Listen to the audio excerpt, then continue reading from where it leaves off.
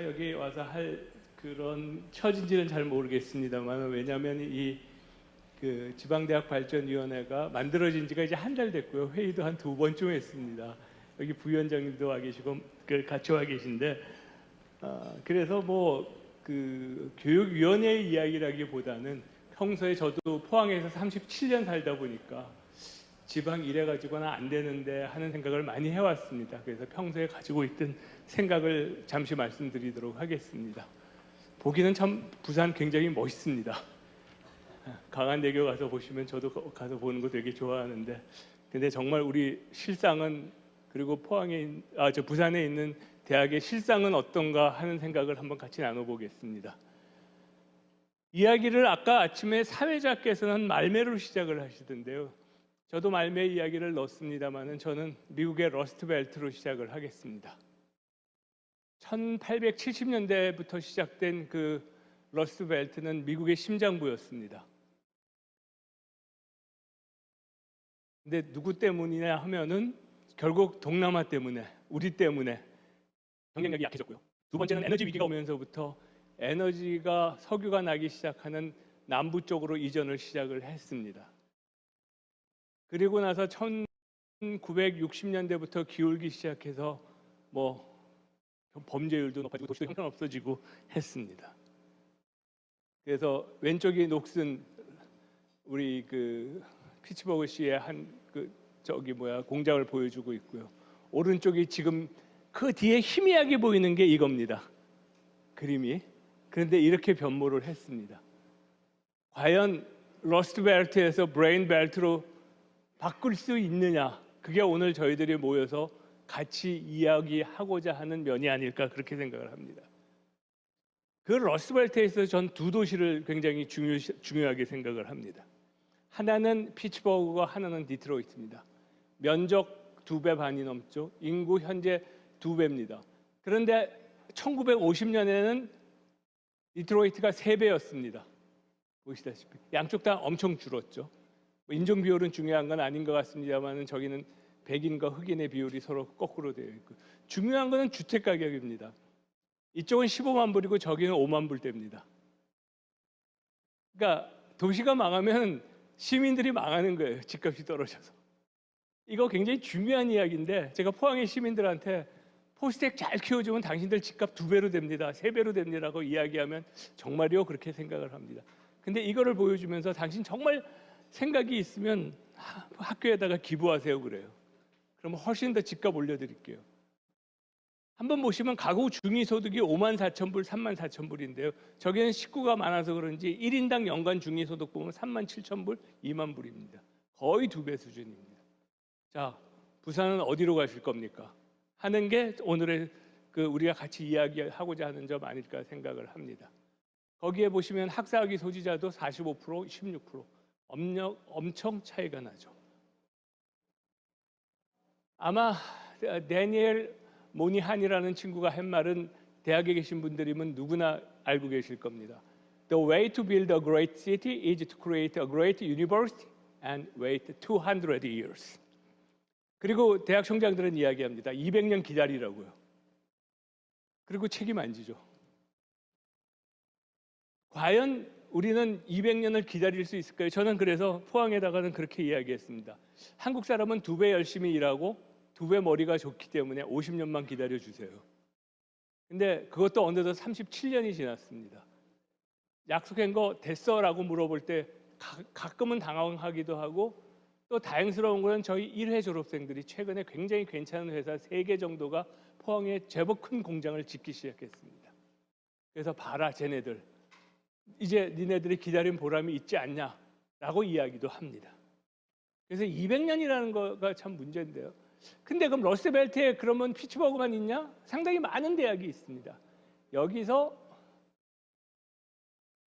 뭐 잘 아시다시피 똑같은 이야기입니다. 브리테니카에 봐도 대학 잘 만들어야지 니네가 성공한다라는 이야기는 나옵니다. 근데 제가 나온 위스콘신 메디슨도 있고요. 앤아버에 있는 유니버시티 오브 미시간도 있고요. 그 다음에 일리노이에 있는 노스웨스턴도 있고, 좋은 대학 굉장히 많아요. 그럼 그 도시 그렇게 됐냐? 여기서 우리가 고민해야 될 거는 피츠버그에 있는 카네기 멜론과 유니버시티 오브 피츠버그, 그 두 대학은 다른 대학과는 달리 굉장히 도시를 위해서 일을 하는 구조로 만들어졌었다는 거죠. 지역 대학과 굉장히 결합되어 있었고요. 제가 금년 1월 12일 날 포항시장님을 위시해서 25 포항시 의회 의원, 그다음에 포항시 공무원 이렇게 같이 거기를 갔었습니다. 이틀 동안 강의를 좀 들었는데요. 그 강의에서 굉장히 쇼킹한 이야기를 들었습니다. 물론 CMU하고 유니버시티 오브 피츠버그가 굉장히 중요하지만 걔네들 때문만은 아니다. 걔네들은 프론트에서 연구를 해서 새로운 미래 산업을 양성했지만 그 외 펜실베니아에 있는 50개 대학에서 거기서 같이 일할 수 있는 사람들을 같이 키워내는 굉장히 시스테마틱한 조직을 가지고 있었기 때문에 우리는 성공할 수 있었다라는 이야기를 했습니다. 그러니까 한 도시가 대학으로부터 재생을 하려면 연구에서부터 최첨단 미래를 연구하는 곳에서부터 마지막 조직에서 산업체에서 일을 할 수 있는 조직까지 굉장히 well organized해서 만들어져야 된다. 그렇지 않으면 실패한다. 여기 좋은 대학 많습니다. 그렇지만 그 지역이 살지는 않아요. 그 대학은 삽니다. 그래서 정말 지역을 살리겠다는 미션이 있다면 대학 간 어떻게 롤을 분담하고 어떻게 같이 교육하고 어떤 분야를 새로 키울 거냐 하는 게 굉장히 중요하다는 이야기입니다. 한번 보시죠. 시애틀 잘 아실 겁니다. 보잉이 군수산업 덕분에 2차 대전 때 엄청 크다가 그리고 나서는 많이 줄어들었습니다.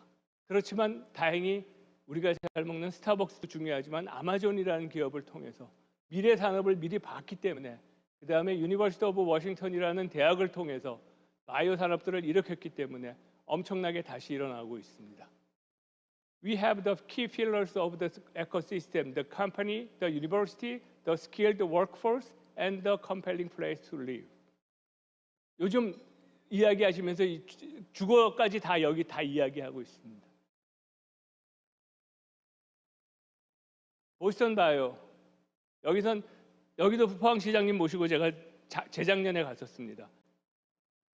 거기 가서 저는 제일 다른 얘기는 다 들으셨을 테니까요. 제일 크게 인상을 받았던 거는 우리가 말하는 소위 말해서 그 바이오 스타트업이 있는 그 건물이 한 몇백억 지은 줄 알았어요. 우리나라에서 1,600억 지어서 지어준다고 공모를 했기 때문에. 갔더니 100억도 안 들이고 지었더라고요. 옛날 우리가 볼 때 창고 건물입니다. 옛날 아주 형편없는 창고 건물을 리모델링 해가지고 지금 바이오 벤처의 산실로 쓰고 있습니다. 그런데 매사추세츠에서 1990년대에 10년간 1조를 투자합니다. 10년간 1조요. 그리고 NIH에서 2조 5천억, 1,000원씩만 쳐도요, 등을 투자해서 합니다. 그런데 가면은 건물 다 개인 회사가 지은 거지. 아까 말했듯이 그 바이오 벤처 하는데 100억 정도 썼어요. 저 수십조의 돈이 다 어디 쓰였냐? 사람 데리고 오는 데 썼습니다. 전 세계에서 가장 우수한 교수들을 데리고 와서 MIT에 집어넣고 하버드에 집어넣습니다. 사람이 오면 건물도 따라오고 기자재도 따라오고 학생도 따라옵니다. 우리나라의 특성은 건물 짓습니다. 예산 가지고. 자, 우리 정말 한 분야의 기업을, 한 분야의 산업을, 미래 산업을 일으키려면 제발 사람 좀 데리고 오게, 돈 쓰게 해달라는 게 제 메시지입니다. 그래서 보스턴은 완전히 바뀌었습니다. 피츠버그입니다. 왼쪽과 오른쪽 비교해 보십시오. 1960년, 60년 만에 저렇게 바뀌었습니다. 인구는 물론 급격히 줄었다가 다시 조금 리커버했다가 요즘 하도 자동화되는 상태고 사람 인구가 늘지 않는 상태니까 스테이블합니다만은 굉장히 산업 자체가 달라졌다라는 것을 볼 수가 있고, 저기 있는 거 그냥 보시면은 최근에 들어와 가지고 카네기 멜론이 중심이 된 IT 로보틱스, 유니버시티 오브 피츠버그가 된 바이오 헬스 산업, 이 두 개를 양대 축으로 해서 크고 있다. 그리고 거기에 필요한 모든 사람들을 하고 있다. 근데요, 저는 거기서도 그 포항시 분들하고 그런 이야기 했습니다. 우리나라 똑같습니다. 철강 산업, US 스틸, 포스코, 카네기, 박태준, CMU, 포스텍. 그래서 우리도 그렇게 될 것 같아요. 근데 우리는 하나 빠져 있어요. 저 밑에 보이는 엘레게니 컨퍼런스입니다. 저게 민간 조직, 그러니까 민간에 도네이션 할 수 있고 민간 시민사회의 단체들이 모여서 회의를 조직하고 걔네들이 이끌고 나갑니다. 걔네들이 엄청나게 많은 투자를 하고 걔네들이 엄청나게 많은 도네이션을 합니다. 아까도 말씀드렸죠. 그렇게 도네이션 해봤자 그거의 100배로 자기 집값이 올라갔기 때문에 손해본 거 하나도 없어요, 시민들. 그런데도 우리는 그걸 못합니다. 그래서 그 시민 조직이 우리가 없어서 우리가 더 힘들다, 저기보다. 정말 시민 조직을 키워야 된다. 그러고 지금 이야기를 하고 있습니다. 이런 공장이 녹슬었었죠. 그게 지금 이렇게 바뀌었습니다. 로버트를 미국에서 가장 잘 연구하는 연구소로 바뀌었습니다. 말매도 마찬가지입니다. 말매 들어가기 전에 그래서 아까 여기 사진이 있을 줄 알고 했는데 그래서 저기를 또 가면은 굉장히 큰 건물 하나가 있는데요, 도시에. 그게 UPMC라고 붙여 있습니다. University of Pittsburgh Medical Center. 근데 그게 옛날에 무슨 건물이었나 그러면 가보신 분들 알겠지만 US 스틸 본사입니다. 그러니까 상징적이죠. US 스틸 본사가 이제 철강 산업은 적고 미래 산업인 바이오 헬스의 중심지가 됐다. 말매도 아까 시작할 때 했으니까 뭐 넘어가겠습니다. 거기도 중요한 게 아까 말씀드린 대로 대학이 중요한 역할을 하죠. 국제회사대학, 말매대학 유치하고 거기서부터 해서 지금은 인구가 훨씬 늘었고 특히 35세 이하의 인구가 훨씬 늘었다. 젊어졌다. 저거 굉장히 중요한 이야기라고 생각을 합니다. 그래서 이런 도시로 됐었다라는 이야기는 넘어가도록 하겠습니다. 근데 우리는 지방의 위기, 아까 인구 감소 지정 지역 여러 가지 이야기를 많이 합니다만 전 되게 놀랐어요. 이거 보고. 저는 이게 다 그 시골에만 있는 줄 알았거든요. 근데 부산이 들어가 있어요. 부산에 계시니까 더 잘 아시겠지만 동구, 서구, 영도구가 들어가 있습니다. 전 이거 보고 제 고향이 부산이라서 제가 되게 쇼킹했습니다. 저도 대연동에서 나고 자라고 중학교까지 다녔습니다. 굉장히 놀랬고 그리고 나서 자세히 보니까 예상되는 인구가 2050년 되면 336만에서 251만으로 준다고 해서 다른 어느 지역보다도 결코 적지 않게 주는구나. 예상이.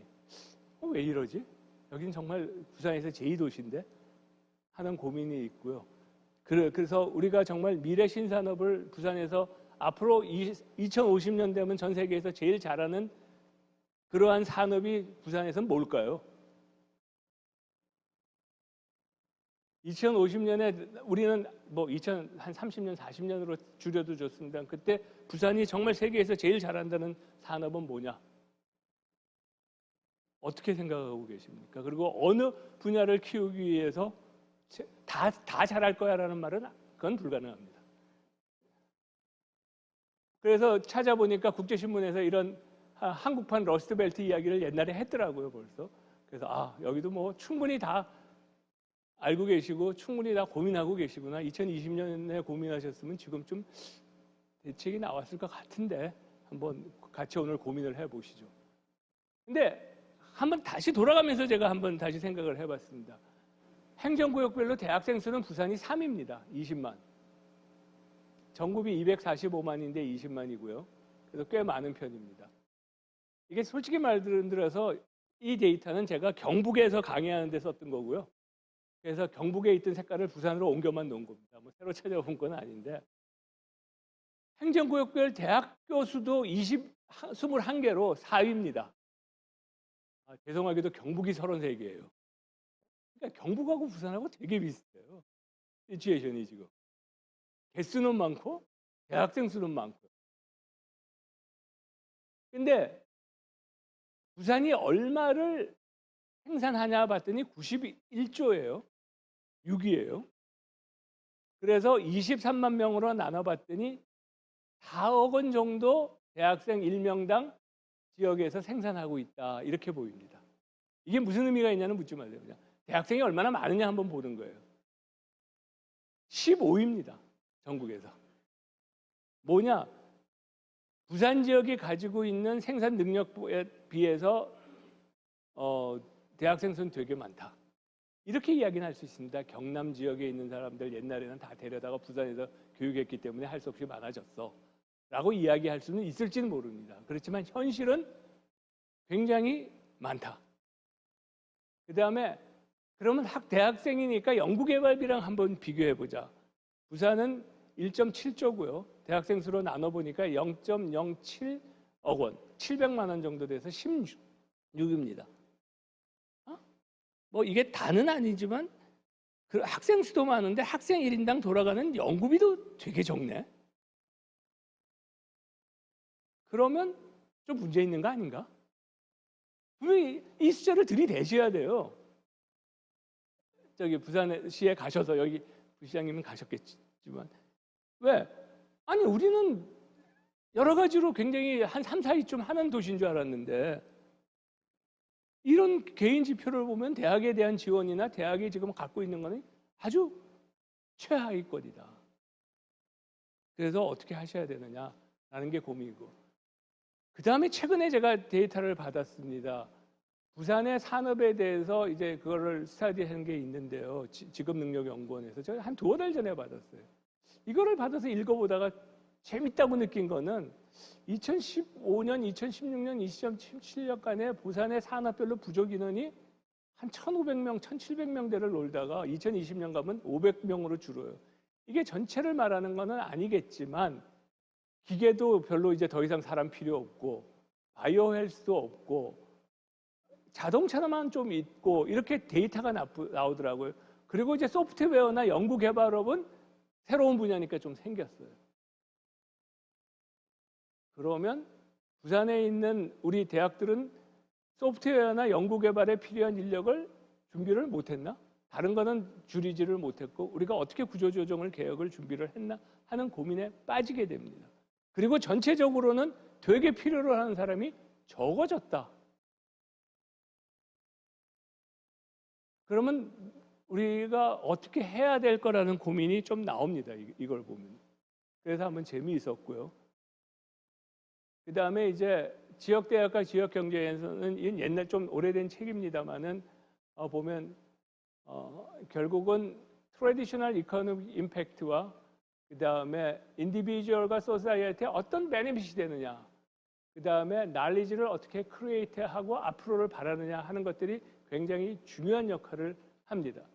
그래서 결국은 대학이 개인과 커뮤니티에 더 많은 하이어 인컴을 줄 수 있는 역할을 어떻게 할 수 있을 것인가. 우리가 대학이 어떻게 서바이브 할 건가를 생각하면 절대로 대학이 서바이브를 못한다고 저는 생각합니다. 대학이 커뮤니티에 어떻게 임팩트를 줘서 어떻게 그 지역을 더 잘 살게 만들어 준다는 확신이 서야 그 다음에 대학이 필요해지고 대학에 대한 그 서포트가 될 거라고 생각을 합니다.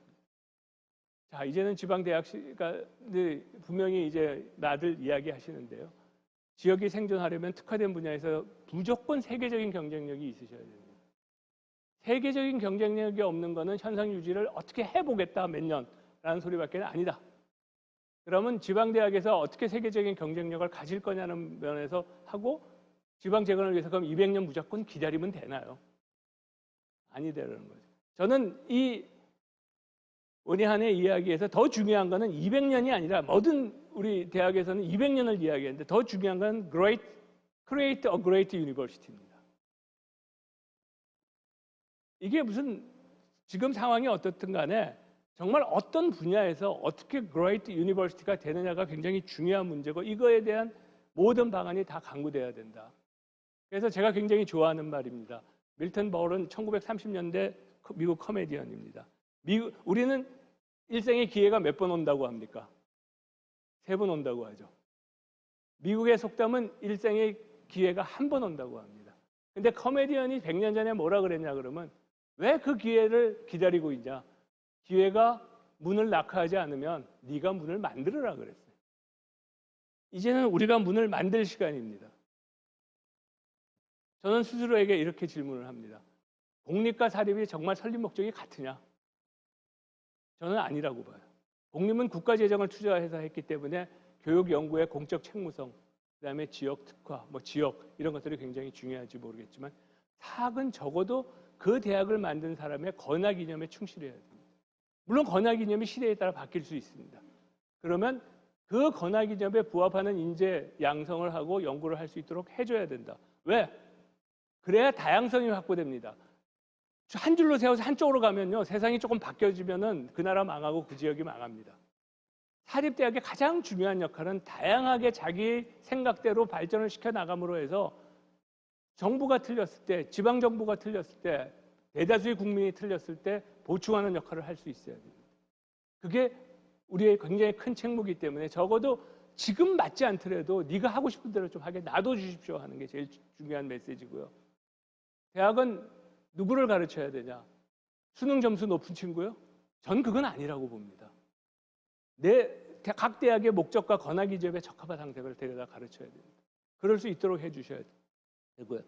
무엇을 가르쳐야 되는가? 이게 저희들 고민이죠. 특히 챗GPT 시대에 엄청난 고민입니다. 완전히 새롭게 교육을 구성해야 됩니다. 그러지 않으면은 정보 보고 지역 보고 돈 내놔라는 소리도 못할 것 같아요. 왜? 챗GPT가 그동안에 우리가 가르쳐왔던 학생들 졸업할 때 정도의 능력을 가지는 부분이 되게 많아졌어요. 그러면 걔네들을 데려다가 지휘할 수 있을 정도, 챗GPT를 써서 지휘할 수 있는 정도의 애들을 키워내야 되기 때문에 대학이나 교수가 싹 바뀌어야 되는 시대가 이제 왔습니다. 대학교에서 적정 비용과 부담 주체는 도대체 누구냐? 분명히 미국은 개인입니다. 학생이고. 유럽은 정부입니다. 우리는 어디죠? 합의가 하나도 안 돼 있어요. 사회적 합의가 필요합니다. 대학에 대한 필요는 개인은 모두 지가 잘 살려면 필요해요. 근데 사회는 필요 없는 거냐? 이거에 대한 합의도 필요합니다. 그래서 저는 지방대학을 살리려면 학생, 지방 그리고 미래가 필요로 하는 교육을 할 수 있는 체제를 갖출 수 있도록 해줘야 된다. 우리 시대에 맞는 교육의 재구성이 필요하고요. 시대와 지역이 필요로 하는 정경불 인재 수요에 대한 새로운 생각이 필요하고요. 또 새로운 분야의 발굴이 필요합니다. 지방대학은 기존에 있는 반도체 가지고 용인이나 이천하고 싸울 수 있겠습니까? 지금 어렵습니다. 근데 다음 세대에 오는 반도체는 우리가 먼저 선점할 수가 있죠. 그게 뭔지 찾아내는 게 우리들의 할 일입니다. 포항은 조금 다행이라고 생각했던 게 굉장히 2차 전지에 주력했습니다. 그래서 요즘 제법 돈이 들어와요. 그러니까 대학의 굉장히 중요한 역할 중에 하나는 그 다음에 뭐가 우리 지역에 맞느냐를 찾아내고 그 분야를 예측하고 발굴하는 겁니다. 정부에 꼭 드리고 싶은 거는 대학이 좀 알아서 돈 좀 벌 수 있게 해주세요라는 겁니다. 워낙 새로운 스타트업도 많아지고 벤처 투자도 많이 하고 하니까 그 중에서 하나 대박 나면 대학이 정말 좋아질 수 있잖아요. 미국의 하버드나 예일이나 미국의 좋은 대학 다 가서 보십시오. 지난 20년 동안 법인의 기금이 10배 이상 다 늘었습니다. 지난 20년 동안 우리 사립대학 중에 법인의 기금이 10배 이상 는 곳이 있습니까? 그렇다면 분명히 우리 대학을 컨트롤하는 우리 정부는 그런 어려움을 이해하고 그렇게 하도록 해줘야 됩니다. 어떻게 보냐고요? 벌 수 있는 방법은 굉장히 많습니다. 왜? 미래를 볼 수 있는 눈이 대학에 있는 거잖아요. 총장님들은 스스로 자기 대학에 다 미래를 볼 수 있는 눈이 있다고 오늘 저 책자에도 보면 다 그렇게 선전하고 계십니다. 그렇다면 미래를 볼 수 있으면 돈도 벌 수 있어야죠. 근데 우리는 모든 법이 대학은 도둑놈이라고 생각하기 때문에 다 막아놨어요. 근본적으로 그거에 가능하도록 해줘야 된다. 그 다음에 대학은 경비를 절약할 수 있도록 해줘야 된다. 저는 예를 들어서 이렇게 생각해요. 몇 년 전에 저희 학교에서 교육부에다가 12개월 봉급을 9개월로 나눠주게 해주세요. 그러면 교수님들한테 최소한 월급을 한 몇 년 안 올려도 될 것 같습니다. 그리고 딴 데 돈을 쓸 것 같습니다. 그리고 교수님들은 여름방학 동안에 강의를 더 하시든 연구를 더 하시든 중소기업 가가지고 컨설팅을 하시든 뭐든지 하시면서 3개월을 더 버시면 훨씬 돈을 더 벌 수 있으니까. 포항제철 고등학교를 나오고 포스코에 입사하면 초봉이 연 6천만 원입니다. 근데 지방대학 조교수분들의 월급이 지금 4,500이라는 소리가 나오고 있다는 것은 분명히 문제잖아요. 어떻게 그런 사람들이 제대로 가르칩니까? 그러려면 뭔가 보완 방안이 나와야 된다. 대학 경비 절약할 수 있어야 되고, 온라인 상황에서 우리 왜 교사 확보율이 중요하고 교지 확보율이 중요하고 교원 수 확보율이 중요하냐? 그거보다는 온라인 교육 훨씬 좋은 거를 확보한 율을 따지는 게 더 좋지 않느냐? 라는 그러한 관점에서 우리가 보면 대학 경비를 절약할 수 있는 것도 분명히 있어야 대학이 산다. 그리고 오늘도 그런 말씀 나오셨어요. 한계 대학을 어떻게 철수하느냐. 좋은 법이 다 만들어졌는데 저는 우리 대학 총장님들께서 같이 고민하셔야 되는 게 제일 먼저 학생들의 학습권을 어떻게 보장할 거냐. 해체되는 대학에 대해서. 옆에서 같이 어떻게 도와줄 거냐. 이거부터 우리가 스스로 만들어내야지 퇴출하는 대학에 대해서 우리가 제대로 된 보상을 해달라고 이야기할 수가 있다. 구성원들의 권리를 어떻게 보장할지 같이 쉐어를 해야 된다라는 관점에서 우리는 정부는 이제 그런 사학의 뭐 30%를 보상한다든가 뭐 그런 이야기를 법을 만들고 계실 때 우리 대학 총장님들은 같이 머리 맞대고 학생들을 어떻게 보호할 거고 교직원들을 어떻게 보호할 건지에 대한 고민은 같이 할 수 있는 분위기를 만들어 간다면 지방대학이 다시 한번 정말 도어를 하나 만들어서 우리가 기회를 스스로 만들 수 있지 않을까 그렇게 생각합니다. 여기 많은 분들이 지방대학 육성을 위한 발전 방향을 마련하려고 모여 있습니다. 아마 한 1년 정도 활동을 할 것 같은데요. 많은 말씀 해주시고요. 그리고 그것들을 저희들 계획에 넣을 수 있도록 최선을 다하겠습니다. 경청해 주셔서 감사합니다.